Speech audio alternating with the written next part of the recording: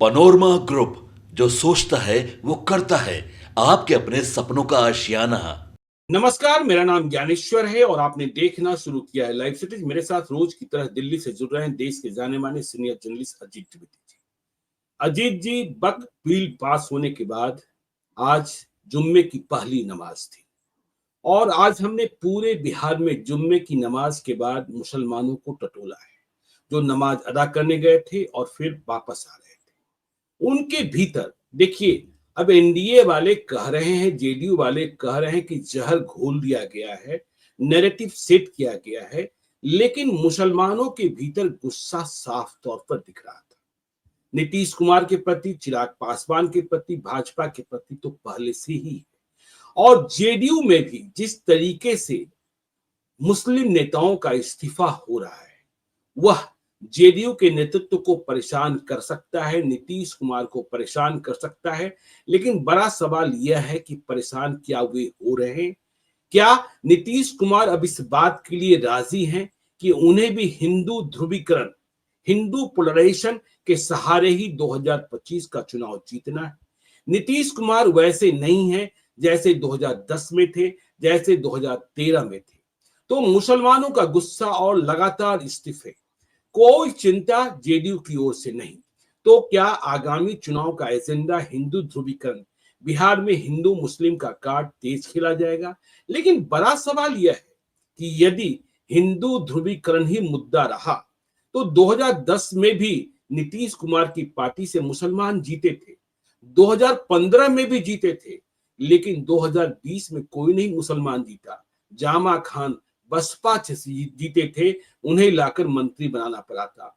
तो 2025 में जो मुस्लिम बाहुल्य विधानसभा क्षेत्र हैं, उन विधानसभा क्षेत्रों में एनडीए से उम्मीदवार कौन होगा, कौन लड़ना चाहेगा, यह बड़ा सवाल। बीजेपी जेडीयू के मत्थे मरना चाहेगी, जेडीयू को भी पिंड छुड़ाना पड़ेगा, एलजेपी के सामने भी समस्याएं आएंगी। तो मुसलमानों में नाराजगी साफ साफ दिखाई पड़ रही है। तो मुसलमानों का गुस्सा है। लेकिन दूसरी ओर देखिए, दूसरे पहलू में आज हम लोग तेजस्वी यादव की बात भी करेंगे। तेजस्वी यादव के पक्ष में हम लोगों ने कल भी कहा था कि 32% और भी सीमेंटेड होता दिख रहा है। लेकिन एक बात और कही जाती है कि तेजस्वी यादव लालू यादव नहीं है, मतलब लालू यादव की तरह सहज नहीं है। तेजस्वी यादव से मिलना ही बहुत कठिन था। और जब हालात ऐसे पैदा हैं, जब वोटों को आप बटोर सकते हैं और मिलने में अपने आप को आप बहुत दूर रखेंगे, कई पड़ाव हैं, कई रास्ते हैं, जिसके बाद तेजस्वी यादव से मुलाकात होगी कि नहीं होगी। कई लोग कहते हैं कि अमित शाह से मिल लेना आसान है। देखिए, विनोद तावड़े तो अब जिलों का दौरा कर रहे हैं और पूरा रोड मैप उनके पास है, और केवल भाजपा के लिए नहीं, जेडीयू के लिए, एलजेपी के लिए, आरएलएम के लिए और जीतन राम मांझी की पार्टी हम के लिए भी। और वह वीआईपी की चर्चा भी कर रहे हैं जिलों में कि उनकी क्या तैयारी है, उनके कौन नेता घूम रहे हैं, महागठबंधन के कौन नेता घूम रहे हैं। और तेजस्वी यादव यदि इसी तरीके से नहीं मिलेंगे, कभी कहा जाएगा इनसे मिल लो, कभी कहा जाएगा उनसे मिल लो, संदेश यहां से वहां नहीं पहुंच पाता है। तो इन दोनों पहलुओं पर चर्चा करें। लेकिन सबसे पहले मुसलमानों की नाराजगी और नीतीश कुमार क्या इसे दूर कर पाएंगे? कुशवाहा वोट बैंक जब नाराज हुआ था तो दूर करने का प्रयास कैसे किया गया था? आपको वह दिन भी याद होगा जब उपेंद्र कुशवाहा ने जेडीयू से अलग होकर इस्तीफा दिया था बिहार विधान परिषद की सदस्यता से, और इसके बाद राज्यवर्धन झा आजाद मनोनीत कर दिए गए थे। इसके बाद तमाम कुशवाहा नेता जमा हो गए थे और नेतृत्व, जेडीयू का नेतृत्व परेशान हो गया था। 2019 का वह लोकसभा चुनाव भी याद होगा जब यह बात छिड़ी थी कि बिहार के भूमिहार नाराज हैं। तब चार्टर्ड फ्लाइट से बिहार के कई भूमिहार नेताओं को, जिनमें सच्चिदानंद राय, डॉक्टर सीपी ठाकुर, महाचंद्र प्रसाद सिंह, ऐसे नेता पटना से भुवनेश्वर ले जाए गए थे अमित शाह से मुलाकात कराने के लिए। वहां मेफेयर होटल में मुलाकात हुई थी और अगले दिन दिल्ली में प्रेस कॉन्फ्रेंस कराई गई थी। तो भूमियारों को आप मना लेते हैं, कुशवाहा को मनाने की कोशिश करते हैं, लेकिन मुसलमान नाराज हो रहे हैं क्योंकि देखिए, नीतीश कुमार कहते हैं वे सबके हैं और अब तक उन्होंने सबके लिए ही किया है। अब तक उन्होंने हिंदू मुस्लिम नहीं किया है। जब भी कोई सांप्रदायिक तनाव की बात हुई है, नीतीश कुमार सबसे पहले खड़े हुए हैं। लेकिन यह नाराजगी क्या चुनाव में भारी पड़ेगी? और अब जेडीयू का रास्ता क्या है? क्या जेडीयू का रास्ता भी बीजेपी का रास्ता है? अजीत जी। देखिए ज्ञानेश्वर जी, इसमें इसमें तो कोई संदेह नहीं है। हम लोग कई बार इस बात पर अलग अलग संदर्भों में चर्चा कर चुके हैं कि चुनाव बीजेपी को लड़ाना है, बड़े सीनियर पार्टनर के तौर पर बीजेपी को विधानसभा का चुनाव लड़ना है, तो एजेंडा भी बीजेपी के हिसाब से ही होगा। और बीजेपी को इस बात की कोई परवाह नहीं है कि मुसलमान नाराज हो रहे हैं, तो उससे बीजेपी को उसकी कोई परवाह नहीं है। एक तो ये मतलब बहुत सिंपल सहज तरीके से, बहुत सरल तरीके से ये हम लोग कह सकते हैं, और इसलिए वो मनाने की कोई कोशिश नहीं करेंगे। देखिए, इस आयरनी की तरफ लोकसभा में जब वक्फ बिल पर चर्चा हो रही थी, तो कई लोगों ने इस आयरनी की तरफ, इस विडंबना की तरफ ध्यान दिलाया था कि एक वह पार्टी वक्फ बोर्ड का बिल ले आ रही है जिस पार्टी के पास एक मुस्लिम सांसद नहीं है यह बिल मूव करने के लिए। बिल्कुल, यह बिल पेश करने के लिए दोनों सदनों में उसके पास कोई मुस्लिम सांसद नहीं है। तो ये, लेकिन ये तो जानबूझ करके किया है ना बीजेपी ने, ऐसा तो है नहीं कि अनजाने में हो गया है। अगर बीजेपी कोई मुस्लिम उम्मीदवार लोकसभा चुनाव में लड़ाती तो वो जीत सकता था, या राज्यसभा में जहां से चाहती, जिसको चाहती वो ले आके रखे रहती। लेकिन बीजेपी ने जानबूझ करके ये स्थिति क्रिएट की है। आखिरी मुस्लिम जो मंत्री थे वो एमजे अकबर थे, उनकी भी राज्यसभा समाप्त हुई, मंत्रालय समाप्त हो गए और राज्यसभा समाप्त हुई तो सब समाप्त हो गया। उसके पहले शाहनवाज हुसैन और मुख्तार अब्बास नकवी, ये तमाम लोग किनारे किए ही जा चुके थे। तो ये डेलिबरेट है, ये कोई ये एक प्लानिंग के तहत, योजना के तहत किया हुआ है भारतीय जनता पार्टी ने, इसलिए उसको परवाह करने की जरूरत नहीं है। दूसरी बात इसमें यह है ज्ञानेश्वर जी कि अब तक की जो राजनीति थी बिहार की, उस राजनीति में भारतीय जनता पार्टी नीतीश कुमार के कंधे पर बैठ करके या नीतीश कुमार के गोदी में बैठ करके राजनीति करती थी। नीतीश कुमार चेहरा होते थे, नीतीश कुमार का वोट बैंक होता था, नीतीश कुमार का एजेंडा होता था, सारी चीजें नीतीश कुमार की होती थी। उनका सोशल इक्वेशन होता था, उनकी सामाजिक जो सोशल इंजीनियरिंग होती थी वो होता था। इस बार पूरी तरह से तस्वीर इसके अपोजिट है, इसके उलट है। मतलब आप कह सकते हैं कि 360 डिग्री का इसमें चेंज है। अब नीतीश कुमार बीजेपी के वोट पर राजनीति करेंगे, जनता दल यू बीजेपी के वोट पर राजनीति करेगी। अब तक इसको एक हमारे एक मित्र हैं, पत्रकार मित्र हैं, उन्होंने बड़ा एक फ्रेज किया कि अब तक नीतीश कुमार का खून चूस करके मजबूत हो रही थी भारतीय जनता पार्टी बिहार में। अब बीजेपी के खून पर पलना है नीतीश कुमार को। अब ये देखना है कि बीजेपी अपना कितना खून पिलाती है उनको। जितना बीजेपी मजबूत हो जाती है सहयोगी पार्टियों के दम पर, उतना सहयोगी पार्टियों को अपने दम पर मजबूत नहीं होने देती है। बिल्कुल, सहयोगी पार्टियों के साथ रह करके, उनके वोट आधार का इस्तेमाल करके, उनके नेताओं के चेहरे का, लोकप्रियता का, करिश्मा का इस्तेमाल करके पार्टी अपने को तो मजबूत करती है, लेकिन सहयोगी पार्टियों को अपने दम पर मजबूत नहीं होने देती है। कोई सहयोगी पार्टी ये नहीं कह सकता है कि वो बीजेपी का इस्तेमाल कर रहा है। आज तक ऐसा नहीं हुआ है। मतलब हम तो देखे, हम लोग के सामने शिवसेना की मिसाल है, हम लोग के सामने अकाली दल की मिसाल है, हम लोगों के सामने पड़ोसी प्रदेश में आप देखिए झारखंड में आजसू की मिसाल है, तो अनगिनत बीजू जनता दल की मिसाल है हम लोगों के सामने। उड़ीसा में कोई पार्टी ये नहीं कह सकती है कि उसने बीजेपी का इस्तेमाल किया है। बीजेपी ने सहयोगी पार्टियों का इस्तेमाल करके अनेक ऐसे क्षेत्रों में मजबूत हुई है जहां उसकी पहुंच पकड़ नहीं थी पहले। बिहार में भी बीजेपी मजबूत हुई है। देखिए, ये हम लोग पहले भी बात कह चुके हैं और ये फैक्चुअली एक फैक्चुअल पोजीशन है कि बिहार जो अभी का बिहार है, इसमें बीजेपी का कोई बहुत आधार नहीं था। 2000 के चुनाव तक हम लोगों ने देखा है, 2000 के विधानसभा चुनाव तक हम सब लोगों ने देखा है कि क्या स्थिति थी बीजेपी की। बल्कि 2010 के लोकसभा चुनाव तक तो, विधानसभा लोकसभा चुनाव तक तो हम लोग देखे ही कि बड़ा भाई जेडीयू थी। और उसके पहले जब प्रदेश नहीं बटा था तो बीजेपी के जो 40 लोग 35 लोग जीतते थे, उसमें से 80% 90% दक्षिणी बिहार से, जो अब झारखंड है, वहां से जीत कर आते थे। बिहार में नहीं जीत पाते थे लोग। तो बिहार में बीजेपी आज जो मजबूत हुई है, उसमें नीतीश कुमार का योगदान है। नीतीश कुमार का इस्तेमाल करके बीजेपी मजबूत हो गई है। अब समय आया है जब पे बैक करना है बीजेपी को। नीतीश कुमार को अब राजनीति करनी है बीजेपी की मदद से, बीजेपी के वोट आधार में पॉलिटिक्स करनी है नीतीश कुमार को। क्योंकि नीतीश कुमार का, इसी से आपका जो पहला सवाल आपने उठाया उसका जवाब इसी में आ जाता है कि नीतीश कुमार क्या करेंगे। नाराजगी हम मुसलमानों की क्या मनाने की कोशिश करेंगे, उनके यहाँ से इस्तीफे हो रहे हैं क्या रोकने की कोशिश करेंगे उसको, और उसका चुनाव पर उनके क्या असर होगा। तो बेपरवाह लापरवाह इसलिए दिख रहे हैं लोग क्योंकि उनको भी पता है कि अब राजनीति कितनी बदल गई है बिहार की इस चुनाव तक आते हैं। और इस बदलाव में अब जब नीतीश कुमार नहीं है, नीतीश कुमार नहीं है का मतलब मानसिक रूप से और शारीरिक रूप से चुनाव को लीड करने की स्थिति में नहीं है। और ये मैसेज बिहार की जनता में चला गया है कि वो मुख्यमंत्री नहीं बनेंगे चुनाव के बाद, तब फिर आप उनके नाम पर चुनाव नहीं जीत सकते। फिर आपको उनके दूसरा एकदम सारी चीजें दूसरी करनी होगी, बिल्कुल नई करनी होगी। और वो नया आप कर सकते हैं बीजेपी के साथ, बीजेपी के एजेंडे को आगे करके। तो ये बिहार में बीजेपी के एजेंडे को आगे करने की शुरुआत है, उसका प्रस्थान बिंदु कह सकते हैं हम लोग इसको। और ये अनायास नहीं हो रहा है, बजाबता प्लानिंग के तहत हो रहा है। देखिए कल भी हम लोग बात कर रहे थे कि जो लोकसभा में ललन सिंह ने भाषण दिया, तो ललन सिंह से ज्यादा नपा तुला बोलने वाला आदमी तो हमने बिहार की पॉलिटिक्स में नहीं देखा है। आपने देखा बिल्कुल है नहीं उतना नपा, नीतीश कुमार ही थे जो उतना नपा तुला बोलते थे जितना ललन सिंह बोलते हैं।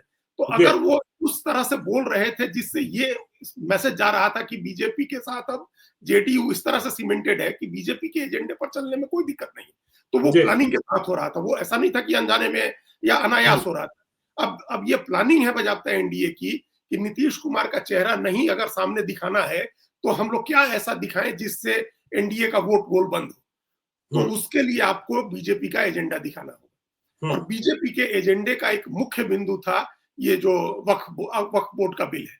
ये ऐसा मुद्दा है जिसको हम सब लोग तो जानते ही, आम आदमी भी जानता है कि अयोध्या के और कश्मीर के मुद्दे की तरह इसको दशकों से पकाया जा रहा है। इस मुद्दे को वक्फ बोर्ड के जरिए ये धारणा बनाई गई है कि वक्फ का तो मतलब ये है कि किसी भी संपत्ति पर हाथ रख दो और कहो कि ये वक्फ की संपत्ति है तो वो उनकी हो जाएगी। जिसको लेकर के उस दिन कहा किरण रिजिजू ने कि हम लोग क्या पता किसी दिन संसद ही इनके वक्फ की हो जाती है, इसी को कह देते, हम लोग इसी पर दावा, संसद पर इनका दावा हो जाता। तो ये आम हिंदू के मन में एक धारणा बैठी हुई है कि वक्फ जो है वो बहुत गड़बड़ चीज है। बिल्कुल उसको ठीक किया है बीजेपी ने। तो इससे बहुत विभाजन का जो हिंदू दंगे वंगे से घबराता है, हिंसा से घबराता है, सांप्रदायिक एजेंडे से थोड़ा दूर रहता है, उसको भी ये चीज अपील कर रही है। क्योंकि ऐसे बहुत सारे लोगों की जमीन वक्फ के झंझट में फंसी हुई होगी। बहुत कॉमन लोगों की जमीनों पर वक्फ ने दावा किया हुआ है। तो उनको लग रहा है कि ये प्रशासनिक फैसला है, धार्मिक फैसला नहीं है। मतलब ये इस वजह से बीजेपी को एक लग रहा है कि वो पोलराइज कर सकती है, गोलबंद कर सकती है व्यापक हिंदू समाज को। ये 15 से आपने कहा ना कि 20 में नीतीश ललन सिंह का भाषण भी बिल्कुल रणनीति का हिस्सा था। बिल्कुल रणनीति का हिस्सा था। और उसी रणनीति के तहत हम कह रहे हैं, एकदम दावे के साथ कह रहे हैं कि कोई मान मनोबल की कोशिश नहीं होगी। जो इस्तीफा दे रहा है जो दे दिए सो दे दिए। अभी गुलाम गौस हो करके आए लालू यादव के यहाँ से, अगर वो भी जाना चाहे तो चले जा सकते हैं। उनको भी कोई मतलब अब मान मनोबल नहीं करने जा रही है। गुलाम रसूल बलियादी भी तो नाराज ही हैं, सब लोग नाराज हैं। अब आदमी नाराज है क्योंकि तमाम जितने बड़े लोग हैं ज्ञानेश्वर जी, वक्फ के इस कानून से आम मुसलमान को उतनी तकलीफ नहीं है जितनी तकलीफ बड़े लोगों को है। और वो लोग एक एजेंडा सेट कर रहे हैं कि ये मुस्लिम धर्म के ऊपर हमला है, इसका धर्म से कोई लेना देना नहीं है। ये पूरा बिल जब जेपीसी में जो बिल गया था, उस बिल को भी हमने बहुत बारीकी से देखा है। जेपीसी में जो 14 सिफारिशें लागू की गई, जो 14 सिफारिशें एनडीए के लोगों ने की थी और जिनको इनकॉर्पोरेट किया गया है, उन 14 सिफारिशों को भी हमने पढ़ा है। जो नया बिल तैयार हुआ है उसको भी हमने पढ़ा है। इसका धर्म से कोई लेना देना नहीं, कोई लेना देना नहीं है धर्म से। ये एकदम से एक ट्रस्ट, जमीन का, भूमि संपत्ति का प्रबंधन करने वाले एक बोर्ड के प्रशासनिक कामकाज को लेकर के कानून बना है, जिसमें पारदर्शिता लाने की कोशिश की जा रही है। और बहुत साफ शब्दों में अमित शाह ने उस दिन लोकसभा में कहा कि अगर 2013 में यूपीए की सरकार ने अगर वो संशोधन करके इस बिल को नया रूप नहीं दिया होता तो आज ये कानून लाने की जरूरत नहीं होती। देखिए जो बिल बना ज्ञानेश्वर जी 1950 आजादी के बाद, उसके बाद 55 में उसमें चेंज किया जवाहरलाल नेहरू ने, इंदिरा गांधी ने भी नया वक्फ का कानून बनाया। एक सबसे बड़ा चेंज 1995 में पीवी नरसिंह राव की सरकार ने भी किया। लेकिन जो 2013 का बदलाव था वो बहुत ही खराब था। सिंपल आप इस बात से समझिए कि आजादी के समय वक्फ के पास 50,000 एकड़ जमीन थी ज्ञानेश्वर जी, 50,000 एकड़। 2013 तक वो जमीन बढ़ के 18 लाख एकड़ हो गई थी। 2013 में 18 लाख एकड़, और 2013 से 2023 तक वो बढ़ के 39 लाख एकड़ जमीन हो गई। 10-11 साल में 21 लाख एकड़ जमीन अतिरिक्त जुड़ गई वक्फ के खाते में। तो इसके लिए ये बदलाव करना पड़ा है। तो आप समझिए 21 लाख करोड़ अगर जमीन जुड़ी, जिससे एक मोटे अंदाज के हिसाब से 200 करोड़ रुपए की कमाई अभी साल में हो रही है, और एक रिपोर्ट के हिसाब से अगर ठीक से मैनेज किया जाए उन जमीनों को तो 12,000 करोड़ रुपए की कमाई होगी। तो वो कमाई किसके खाते में जा रही है? आम मुसलमान के पास तो जा नहीं रही है। बिल्कुल। वो पैसे तो जा रहे हैं बड़े लोगों पर, तो बड़े लोग नाराज हैं, तमाम बड़े लोग नाराज हैं इससे। तो खैर वो एक क्षेपक हो गया। वो उदाहरण दे रहा है कि मतलब मैरियट होटल बन गया, ओबेरॉय होटल बन गया, क्या क्या बन गया। भाई मुकेश अंबानी का जो की इमारत है उसकी भी चर्चा हो रही है। तमाम चर्चाएं तो सामने ही आ गई है। हाँ हाँ, और ये तो किसी भी चीज पर कानून इस तरह से था, जो कहा किरण रिजिजू ने कि हमने धारा 40 हटा दी है। धारा 40 में ये लिखा हुआ था कि वक्फ जिस संपत्ति पर दावा कर देगा वो उसकी हो जाएगी और उसका डिस्प्यूट रिड्रेसल होगा ट्रिब्यूनल में, और ट्रिब्यूनल के फैसले को आप कोर्ट में चैलेंज नहीं कर सकते। तो ये इस तरह की गड़बड़ियां थी, जिन गड़बड़ियों को उसमें ठीक किया गया है, और इसलिए वो बड़े लोगों का इंटरेस्ट हर्ट हुआ है उसमें। मुस्लिमों में भी जो बड़े लोग हैं उनका इंटरेस्ट हर्ट हुआ है, तो वो एक इशू बना रहे हैं। 50,000 एकड़ से 39 लाख एकड़। 39 लाख एकड़, हाँ 39 लाख एकड़। वही। और ये बताइए कितना बड़ा मुद्दा है। अगर हिंदू जो कट्टरपंथी हिंदू नेता अगर वो बताते हैं कि 500 साल दिल्ली सल्तनत और मुगल का राज शासन रहा, उसके बाद 200 साल अंग्रेज रहे, तो 700 साल में जो 50,000 एकड़ जमीन थी वो आजादी के बाद कॉन्स्टिट्यूशन लागू होने के बाद 39 लाख एकड़ हो गया। बिल्कुल। तो इसको हमने ठीक किया है। तो ये अपील करेगी हिंदुओं को, और उन हिंदुओं को भी अपील करेगी जो कट्टर नहीं है, जो हिंसा से घबराते हैं, जो मारपीट से बचना चाहते हैं, जो ये कोई इंटरनेट बंद हो और कर्फ्यू लगे, इन सब चीजों को पसंद नहीं करते, उनको भी ये चीज अपील करेगी कि ये चीज तो ठीक हुआ है। तो इसलिए बीजेपी, इस जेडीयू, बीजेपी, लोक जनशक्ति पार्टी, सबने योजनाबद्ध तरीके से इस मामले को सपोर्ट किया है। और कोई अब इस मामले में जो भी कहा जाएगा वो जुबानी जमा खर्च होगी। मुंह जबानी कुछ कह दिया जाएगा कि भाई इनको समझाइए, उनको समझाइए, ये किसी के खिलाफ नहीं है और नीतीश कुमार सबके हैं, लेकिन किसी को जरूरत नहीं है। टिपिकल एक अगर बहुत सरल शब्दों में कहें तो जो बिहार में कहा, जो उत्तर प्रदेश में कहा गया था कि 80-20 की लड़ाई है, बिहार का चुनाव उस दिशा में बढ़ रहा है कि 80-20 की लड़ाई होगी। 80-20 की लड़ाई, बिल्कुल बिल्कुल बिल्कुल। नहीं जरूरत है, हम 80% लोगों के लिए काम कर रहे हैं, ये एक मैसेज दिया जाएगा बिहार में। ये वक्फ के जरिए भी हुआ है, लोगों के इस्तीफों के बाद जिस तरह की चुप्पी है, जिस तरह की शांति है, उसका भी ये मैसेज है। नीतीश कुमार के सक्रिय नहीं होने की वजह से ये रणनीति अपनाई गई है, ये कहने में भी कोई हिचक नहीं। अगर नीतीश कुमार ठीक रहते तो ये रणनीति अपनाने की जरूरत नहीं होती। नीतीश कुमार नहीं ठीक है और उनके चेहरे पर नहीं लड़ना है।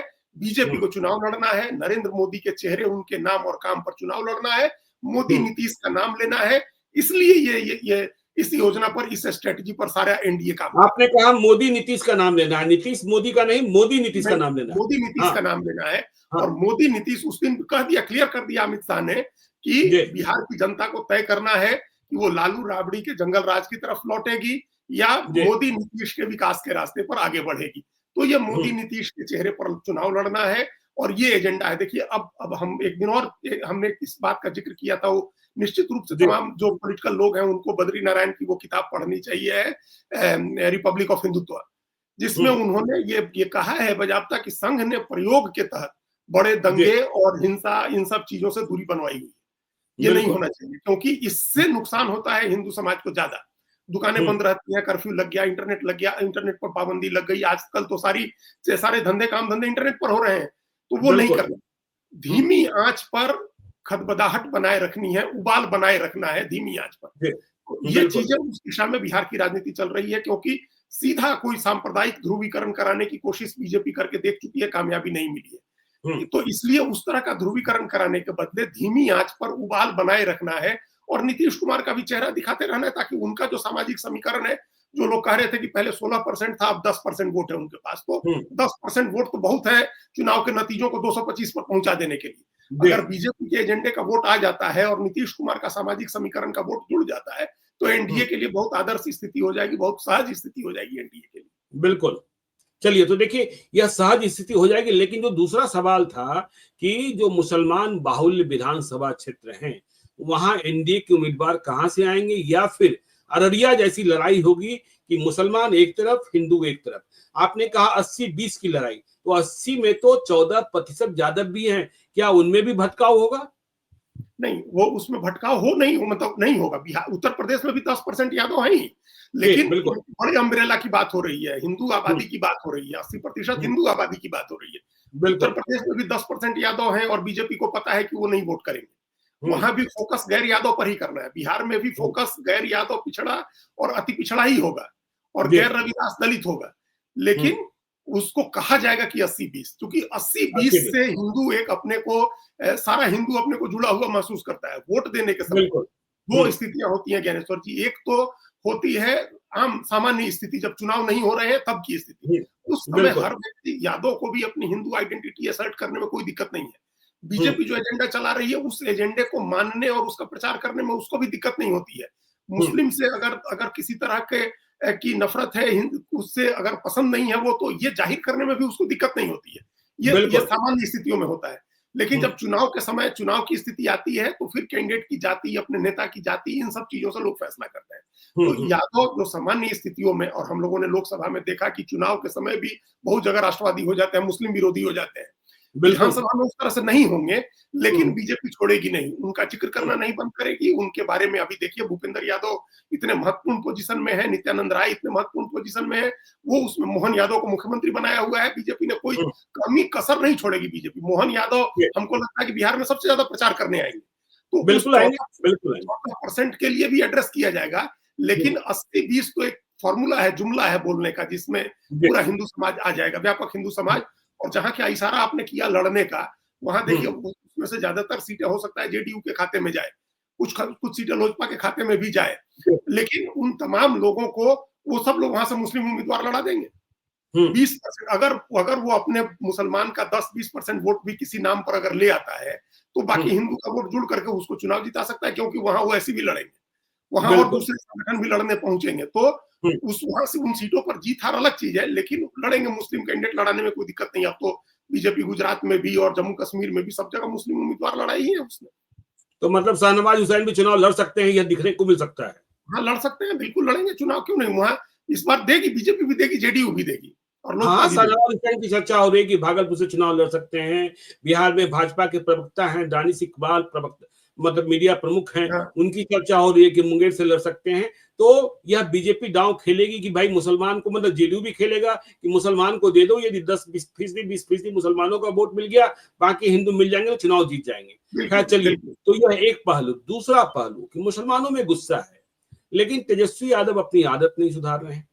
तेजस्वी यादव के आलस्य की चर्चा हम लोग बार बार करते हैं कि तेजस्वी यादव लालू यादव नहीं है, सहजता से उपलब्ध नहीं है, और इस कारण से वह पिछड़ जाते हैं। ये देखिए आम शिकायत है, कार्यकर्ताओं की भी शिकायत है। और संख्या जो है, इधर हमने देखा कि जब ईडी वालों ने पूछताछ के लिए बुलाया राबड़ी देवी को और परिवार के दूसरे सदस्यों को, तो पहले जितनी बड़ी संख्या में लोग ईडी कार्यालय के आसपास पहुंच जाते थे, अब उनकी संख्या भी कम होने लगी है, क्योंकि कार्यकर्ताओं को लगता है कोई पूछ नहीं रहा है। और चुनाव की बेला है, देखिए सब कुछ तेजस्वी यादव है, लालू यादव भी टिकट की गारंटी नहीं है। लालू यादव से आप मिल ले सकते हैं, लालू यादव की तबीयत खराब है, हम उनके शीघ्र स्वास्थ्य लाभ की कामना करते हैं, लेकिन तेजस्वी यादव से कैसे मुलाकात हो, यह बड़ा सवाल बिहार में तैरते रहता है। और आरजेडी के ही कई नेताओं और कार्यकर्ताओं ने कहा कि इस पर भी आपको चर्चा करनी चाहिए, क्योंकि वे हार जाते हैं। कभी कहा जाता है अदनान से बात कर लीजिए, कभी कहा जाता है प्रीतम से बात कर लीजिए, कभी कहा जाता है संजय यादव से बात कर लीजिए, लेकिन तेजस्वी यादव से बात कैसे होगी? और तेजस्वी यादव से बात नहीं हुई तो मन की बात कैसे रखेंगे कार्यकर्ता और नेता, और चुनाव की तैयारी कैसे करेंगे? यह बड़ा सवाल तो है ही। अजीत जी, देखिए ज्ञानेश्वर जी, उनके ऊपर आए हम लोग तेजस्वी के ऊपर, उसके पहले हम एक बात बता देंगे कि जितने दूसरी पीढ़ी के नेता हैं उन सबके साथ ये समस्या है। ये बड़ी समस्या अखिलेश यादव के साथ भी है। अब तो कुछ ठीक हुआ है, लेकिन बड़ी समस्या उनके साथ भी है। ये बड़ी समस्या हेमंत सोरेन के साथ भी है, और यही समस्या तेजस्वी यादव के साथ भी है। ये लोग नहीं मिलते हैं, 10 बजे 11 बजे सो करके जगने और 2 घंटे 3 घंटे उधर ही रहना, घंटे भर बाथरूम में बैठे रहना, और अपना लैपटॉप लेकर के पता नहीं बाथरूम में क्या कर रहे हैं, बाहर निकल के क्या कर रहे हैं, किससे क्या बात कर रहे हैं, ये पता नहीं चलता। ये संकट राहुल गांधी के साथ भी है। अब राहुल गांधी ने मिलना शुरू किया है, लेकिन वो भी वैसी सहजता से नहीं जिस सहजता से दूसरे नेता मिलते रहे हैं। तो खैर, मतलब राहुल गांधी की तो अलग मामला है, क्योंकि वहां सोनिया गांधी से भी लोग नहीं मिल पाते थे, और उसके पहले राजीव गांधी से भी मिलना मुश्किल। लेकिन रामविलास पासवान को वो किस्सा भी उदाहरण है ना कि सोनिया गांधी तैयार हो गई थी और कहा जा रहा था राहुल गांधी से मिल लीजिए, राहुल गांधी मिले ही नहीं, और फिर मकर संक्रांति आ गई और रामविलास पासवान उधर से इधर आ गए इंडिया की ओर। हाँ, तो हो ही गया था वो सारा। और जिनके साथ इतनी अच्छी बॉन्डिंग थी कि उनके घर में आग लगी तो सोनिया गांधी पैदल निकल के गई थी कि हम सबसे पहले पड़ोसी हैं, तो हमारा आना फर्ज बनता है। तो उनके साथ ऐसी अच्छी बॉन्डिंग थी, लेकिन नहीं मिलने से, अभी हम आपको एक बात बताएं, बहुत अच्छे बड़े अधिकारी विदेश सेवा के जो शशि थरूर के दोस्त हैं, उन्होंने हमको बताया, हम लोग एक दिन बैठे थे, उन्होंने कहा कि शशि थरूर जो अभी मिले थे राहुल गांधी से, उन्होंने हमसे पूछा कि आपको पता है कि कितना समय लगा उनको मिलने में? अच्छा। हमने कहा कि कितना समय लगा होगा मिलने में, मतलब उन्होंने, शशि थरूर एमपी हैं, 4 बार के पूर्व मंत्री हैं और संयुक्त राष्ट्र का महासचिव का चुनाव लड़ चुके हैं, इतने बड़े ग्लोबल फिगर है, उनको कितना टाइम लगा होगा? तो उन्होंने कहा कि थरूर ने बताया है उनको कि हमको 2.5 साल लगे राहुल गांधी से मिलने। बताइए, बताइए। 2.5 साल सोचे, पार्लियामेंट में मिलते थे, नमस्ते हो गई, तब भी कह रहे हैं आप, मैसेज भेज रहे हैं, और 2.5 साल के बाद राहुल गांधी ने उनको 10 मिनट का समय दिया मिलने। जी, तो ये हो, अब आप एक बात कही जाती है बिहार के नेताओं के बारे में भी हमेशा, ज्ञानेश्वर जी, और हमने कई लोगों के बारे में हम जानते हैं कि वन वे कम्युनिकेशन है। अगर उनको बात करनी है हमसे तो आज आधी रात को फोन कर देंगे, सुबह 5 बजे फोन आ जाएगा कि अरे अजीत जी, और नमस्ते करके जगाएंगे। लेकिन आप फोन करते रहिए दिन भर, तो पता चला कि फोन ही रिस्पॉन्ड नहीं करेंगे, 3 दिन के बाद बात होगी, करे हमको पता ही नहीं चला कि आपका फोन आ रहा था। तो ये राहुल गांधी का भी सिस्टम है कि वन वे कम्युनिकेशन है। लोग कहते हैं ना कि वो निकल के चले गए और गैरेज में लोगों से मिल लिया, तो वो गए ना मिलने। ऐसा तो है नहीं कि गैरेज वाला उठ के चला गया घंटी बजाने उनके बिल्डिंग का, तो निकल के और कहे कि आइए आइए बैठिए चाय पीते हैं, ऐसा तो नहीं है। आप चले गए, तो राजा तो निकलता ही था, राजा तो पहले वेश बदल के रात को भी निकलता था, राजा दिन को भी निकल गया, राजा की सवारी निकली। प्रजा जाकर के राजा से मिल सकती है कि नहीं मिल सकती है? बिल्कुल, तो ये राजा राजकुमार वाली जो फीलिंग है इन तमाम नेताओं के, जिनके हमने नाम लिए, चाहे राहुल गांधी हो, चाहे तेजस्वी यादव हो, अखिलेश यादव हो, हेमंत सोरेन हो, ये सबके साथ एक बड़ी भारी बीमारी है। और अमित शाह को देख लीजिए, सुधाकर सिंह से भी मिल लेते हैं, जैसे सुधाकर सिंह से मिलने का समय मांगा, आरजेडी के एमपी है, तुरंत मुलाकात हो गई।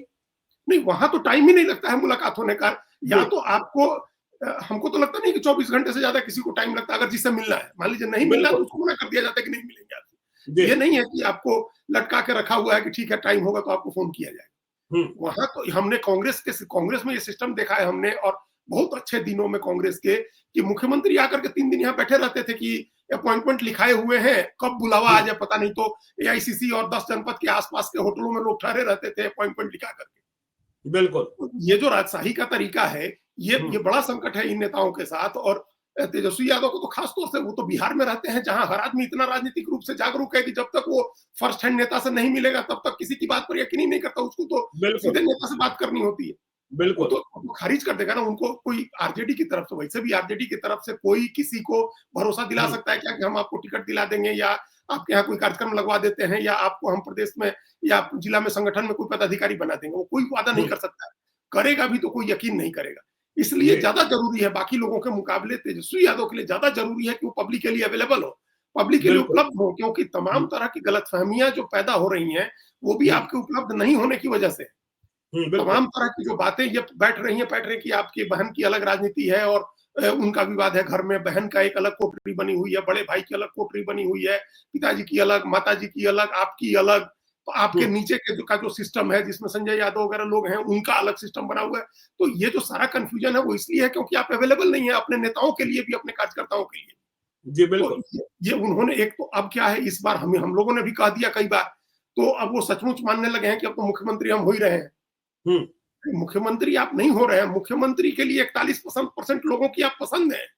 कल आपने जो कह दिया है ना, उसे बहुत ही ज्यादा वायरल किया जा रहा है, उसे बहुत ही ज्यादा वायरल किया भी जा रहा है।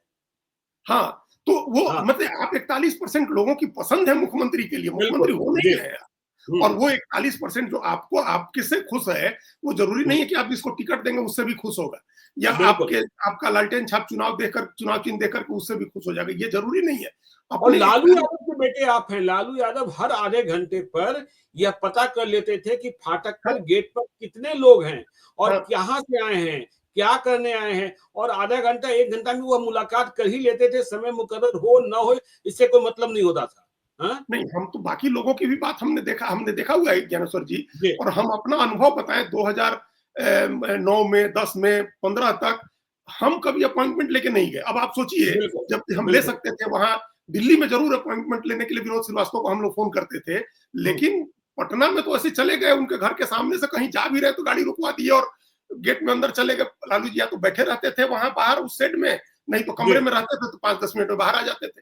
तो ये जो उपलब्धता थी उनकी, जो कनेक्ट था उनका लोगों के साथ, जो ग्राउंड लेवल लेने की फीलिंग, जो एक बार उन्होंने लाठी ऐसे लगा के कहा था कि ये थर्मामीटर है, इससे हमको पता चल जाता है बिहार में कहाँ क्या हो रहा है। तो जब तक वो पता नहीं चलेगा, जब तक आप उससे अवेयर नहीं होंगे, देखिए नीतीश कुमार के बारे में भी था कि लोगों से मिलते नहीं थे, लेकिन नीतीश कुमार के पास ब्यूरोक्रेसी थी ग्राउंड लेवल की ब्यूरोक्रेसी थी। उन्होंने अपने नीचे पहले आरसीपी सिंह उनके नंबर 2 थे, जो एक-एक प्रखंड, एक-एक पंचायत की रिपोर्ट मिलती रहती थी कि बिल्कुल, कहाँ क्या हो बिल्कुल। रहा है। अब लालू यादव और तेजस्वी यादव के पास वो सिस्टम नहीं है ना कि आपके पास नहीं ब्यूरोक्रेसी है, तो है। नहीं। तो जी। आपको तो अपना सिस्टम अपने आप रिजुविनेट करना है, अपने में उत्साह भरना है लोगों में। तेजस्वी यादव लोगों से मिलेंगे तो उनमें ज्यादा उत्साह भरेगा, उनके लोग ज्यादा उत्साह के साथ जाएंगे, तेजस्वी यादव को मुख्यमंत्री बनाने के लिए काम करेंगे। ये बात एकदम ध्यान रखना चाहिए ज्ञानेश्वर जी की 41% जो आपको पसंद कर रहे हैं, उनका जी। वोट डलवाना है आपको। वो हुँ, वोट कैसे डलवाएंगे? वो पसंद करते हैं तो घर में बैठे बैठे पसंद करता रहेगा, उससे नहीं होगा। बिल्कुल। आपको आप वो वोट में कन्वर्ट हो, हुँ, लोगों जो भी पसंद करते हैं वो वोट में कन्वर्ट हो। इसके लिए तेजस्वी यादव को जरूरत है कि लोगों से मिलना जुलना शुरू करें। मिलना जुलना शुरू हुँ। करने का मतलब कि राहुल गांधी की तरह निकल के चले गए और किसी दिन कुलियों से मिल लिए, किसी दिन सब्जी वाले से मिल लिए, ये नहीं मिलना होता है। ये नहीं मिला आप वो, बिल्कुल। आप ज्यादा से ज्यादा लोगों से मिलिए अपने यहाँ बुला करके। और हुँ, आप अगर एक दिन में 100 लोगों को बुला करके रात में 12 बजे तक मिलते हैं, तो 100 लोगों का आप नियम बनाए कि आप 100 लोगों से फोन पर बात करेंगे। हुँ। ऐसे 100 लोगों से जो आपके पिताजी से भी जुड़े रहे थे, बाद में अभी तक जुड़े हुए हैं, जिनके बच्चे पार्टी से जुड़े हुए हैं, पदाधिकारी हैं, आप उनको फोन लगाएंगे। कम्युनिस्ट पार्टी के बिल्कुल। नेताओं को फोन लगाएंगे, जैसे लालू यादव जमुना यादव की पुण्यतिथि के कार्यक्रम में पहुंच गए थे। वो तो हुँ, सीपीआई से थे, उनका कोई लेना देना जी। नहीं था आरजेडी से। उनका बेटा हुँ, जरूर आरजेडी का भी जिला अध्यक्ष है मनोज यादव, लेकिन हुँ। जमुना यादव के कार्यक्रम में चले गए थे। तो कम्युनिस्ट पार्टियों के नेता, पुराने कांग्रेस के नेता, आरजेडी के नेता, क्या पता जेडीयू के नेताओं को भी आप फोन लगा दें, उसको बुरा थोड़े लगेगा। और अभी हमको देखिए मुसलमान नाराज़ हैं, यदि आप उनसे मिलना शुरू कर उनसे दीजिए, मिलिए। हाँ, तो वो आपके तो हो जाएँगे ना। हाँ, उनसे मिलिए। जो थोड़ा बहुत कन्फ्यूजन है उनको आप बताइए कि आप उनके साथ खड़े हैं। आप खड़े बिल्कुल। हैं, आपने हुँ, दोनों सदनों में आपके लोगों ने बहुत मजबूती से बिल के खिलाफ अपनी बात रखी, तो उसको आप कैपिटलाइज क्यों नहीं कर रहे हैं? जी। जो अगर नीतीश कुमार का नेतृत्व आपको दिख रहा है कि हट रहा है, उनका चेहरा हट रहा है, तो क्यों नहीं कोई कुर्मी दानव के वोट में डेंट करने की आप कोशिश कर रहे हैं? उनका क्यों नहीं आप आउटरीच कर रहे हैं? हमको एक आदमी ने कहा, ज्ञानेश्वर जी, अभी पिछले दिनों बात हो रही थी, जेडीयू से पहले जुड़े रहे थे, अब तो छोड़ दिया है उन्होंने। उन्होंने हुँ, कहा कि आप बेशक आरजेडी के आदमी हो, बेशक कांग्रेस के आदमी हो, आपके यहाँ तबीयत खराब हो जाए, आपके यहाँ कोई शादी विवाह हो जाए, आपके यहाँ कोई निधन हो जाए, सबसे पहला फोन नरेंद्र मोदी का आता है। हाँ, आता है ना। नहीं तो चिट्ठी तो आ ही जाती है। चिट्ठी आ जाती है। हाँ, हाँ, मतलब चिट्ठी तो आ ही आप जाती पूर्व विधायक रहे थे, आपके दादाजी, आपके पिताजी पूर्व विधायक थे, और है। हुँ, उनका अभी 30 साल से नहीं है, निधन हो गया, आपका फोन आ जाएगा आपके घर नरेंद्र मोदी के। बिल्कुल, बिल्कुल, तो बिल्कुल। आप ऐसा आप सिस्टम। देखिए ना, love Kumar Mishra times of India के पत्रकार, हाँ, वे कब गुजरात में नरेंद्र मोदी के साथ थे, मतलब जब वो वहां काम कर रहे थे टाइम्स ऑफ इंडिया में, तो पहचान हुई थी। और उनके बेटे अभी दिल्ली में पत्रकार हैं। जब नरेंद्र मोदी मिलते हैं तो ऐसे मिलते हैं जैसे मित्र के बेटे से। हाँ, और जब उन्हें पहली बार मालूम हुआ कि ये लव कुमार मिश्र के बेटे हैं, तो प्रधानमंत्री नरेंद्र मोदी ने सीधे तौर पर रात को फोन ही कर दिया, अरे तुम कहाँ हो भाई। हाँ। तो ये तो पर्सनल बॉन्डिंग करनी होती है ना। और अभी बिल्कुल। तेजस्वी यादव का राजनीतिक करियर 40 साल का है। तो जी। आज से अगर वो बॉन्डिंग शुरू करते हैं, अपने लोगों से फोन करना, हमने कहा आप 100 लोगों से मिलिए, 100 आदमी को फोन करिए, और जी। फिर आप देखिए कि आपका मैसेज कैसे वायरल होता है। जिसके यहाँ आपका फोन चला गया, वो अपने घूम करके वो फोन पूरे पंचायत के लोगों को दिखाएगा, तेजस्वी यादव ने फोन किया था हमको। वो तो ऑडियो वायरल कर देगा, ऑडियो वायरल हाँ, कर देगा कि कि देखिए तुलसी हमको भैया का फोन किया फोन आया था था। हालचाल पूछने के लिए, मेरे पिताजी का हाँ, हालचाल पूछने के लिए, माताजी का निधन हुआ तो उनका फोन आ गया।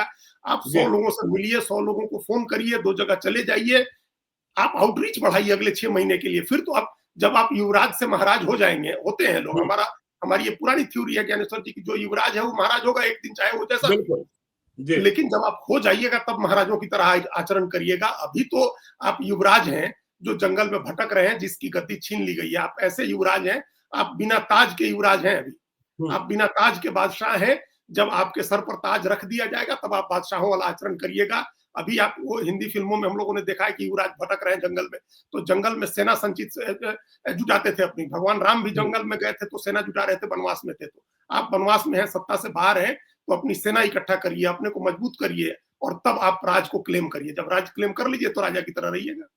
चलिए, तो राज क्लेम कर लीजिए तो राजा की तरह रहिएगा। नीतीश कुमार अभी मनाएँगे नहीं, और तेजस्वी यादव मिलना कब शुरू करेंगे, ये बिहार की सियासत में है। तो बिहार की चर्चा हम जारी रखेंगे। आप देखते रहिए लाइव सीरीज को। यदि अब तक आपने हमारे यूट्यूब चैनल लाइव सीरीज को सब्सक्राइब नहीं किया है, तो जरूर कर लीजिएगा। और यदि इस वीडियो को आप फेसबुक पेज के माध्यम से देखें तो पेज को लाइक कीजिएगा। हैंडल एक्स पर भी हमें फॉलो कीजिए। धन्यवाद।